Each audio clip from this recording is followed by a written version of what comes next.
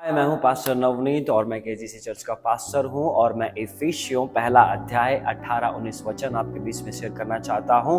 18 वचन में पौलुस इफिसियों की कलीसिया के विश्वासी को कहता है कि तुम्हारी मन की आंखें ज्योतिर्मय हो जाए। किस बात में ज्योतिर्मय हो? 19 वचन कहता है जो विश्वास करते हैं उनकी ओर एक सामर्थ्य है, और इंग्लिश में लिखा है, टीपीटी वर्जन कहता है, there is a immeasurable greatness of God is power available to us. मतलब जिस सामर्थ्य को कोई माप नहीं सकता वो सामर्थ्य हमारे लिए मौजूद है। और वो कौन सी सामर्थ्य है? वो वही सामर्थ्य है जिस सामर्थ्य ने यीशु को मुर्दों में से जिंदा किया। 20 वचन ये कहता है इफिसियों 1:20 की यीशु मसीह को उस जब कब्र में था उस सामर्थ्य ने जिंदा किया। जरा सोचिए, जब यीशु मसीह कब्र में थे तब उस यीशु को कब्र में रखने के लिए शैतान और कितना नरक उसे कब्र में रखने के लिए आया होगा। सारी शक्ति शैतान ने इस्तेमाल की होगी, क्योंकि यीशु मसीह के ऊपर ही उस समय में आने वाला भविष्य, नई वाचा का भविष्य निर्धारित करता था। आप और मैं निर्धारित करते थे। तो शैतान ने कितनी शक्ति इस्तेमाल की होगी यीशु को कब्र में रखने के लिए, लेकिन वो हार गया, क्योंकि वचन कहता है it was impossible for death to hold him. मृत्यु के लिए असंभव था उसे रोकना, और उस सामर्थ्य ने यीशु को मुर्दों में से जिंदा किया। वही सामर्थ्य आज आपके लिए, मेरे लिए मौजूद है और काम कर रही है। हालेलुया। हम फिर क्यों छोटी छोटी बातों में, छोटी छोटी समस्या में उलझे रहते हैं? ये शैतान, वो दुष्ट आत्मा, ये दुष्ट आत्मा, वो शैतान, ये शैतान। मैं आपको एक बात बताना चाहता हूं जो मुझे प्रॉफेट इज़ेकियल फ्रांसिस के द्वारा पता चली, और मैंने इस बात को जाना कि आपकी जिंदगी का, आपके जीवन का सबसे बड़ा शत्रु आपसे तब हार गया जब आपने यीशु को उद्धारकर्ता ग्रहण किया। आपके जिंदगी का सबसे बड़ा दुश्मन जो आपकी जिंदगी में समस्या पैदा कर सकता था, उस दिन हार गया आपसे।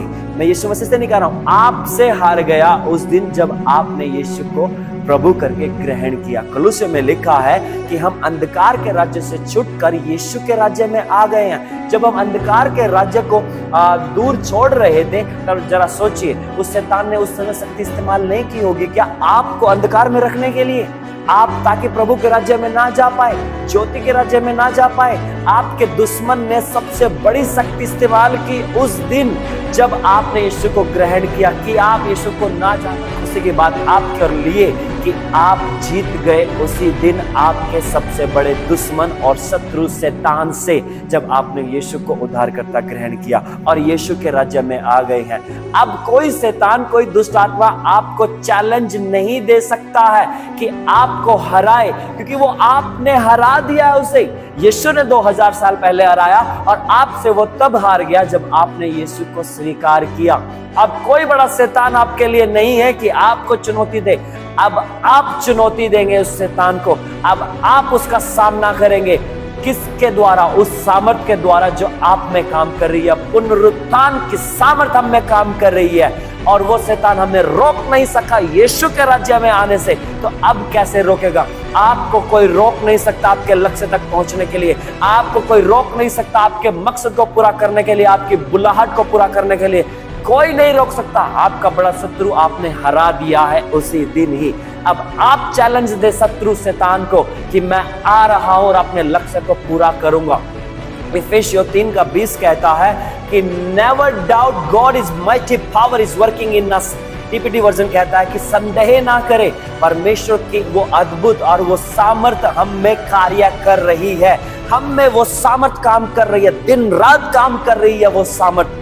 कोई शत्रु शैतान हमारे सामने ठहर नहीं सकता है। हालेलुया। कोई दुश्मन आपके सामने नहीं ठहर सकता। चैलेंज करें अपने शत्रु शैतान को उस सामर्थ्य के द्वारा जो पुनरुत्थान की सामर्थ्य हम में कार्य कर रही है। वो बह सकती है पुनरुत्थान की सामर्थ्य आपके आसपास, और चीजों को जिंदा कर सकती है। आपके अंदर जिंदा करने वाली सामर्थ्य काम करती है। आप जाएंगे, वो जिंदा करेगी चीजों को। हालेलुया। आप इस वचन से आप लीजिए और इसे और ज्यादा मनन करिए और इसमें जीना शुरू करिए कि वो सामर्थ्य हम में कार्य कर रही है। हालेलुया। प्रभु आपको आशीष दे, बहुतायत से बढ़ाए। जय मसीह की।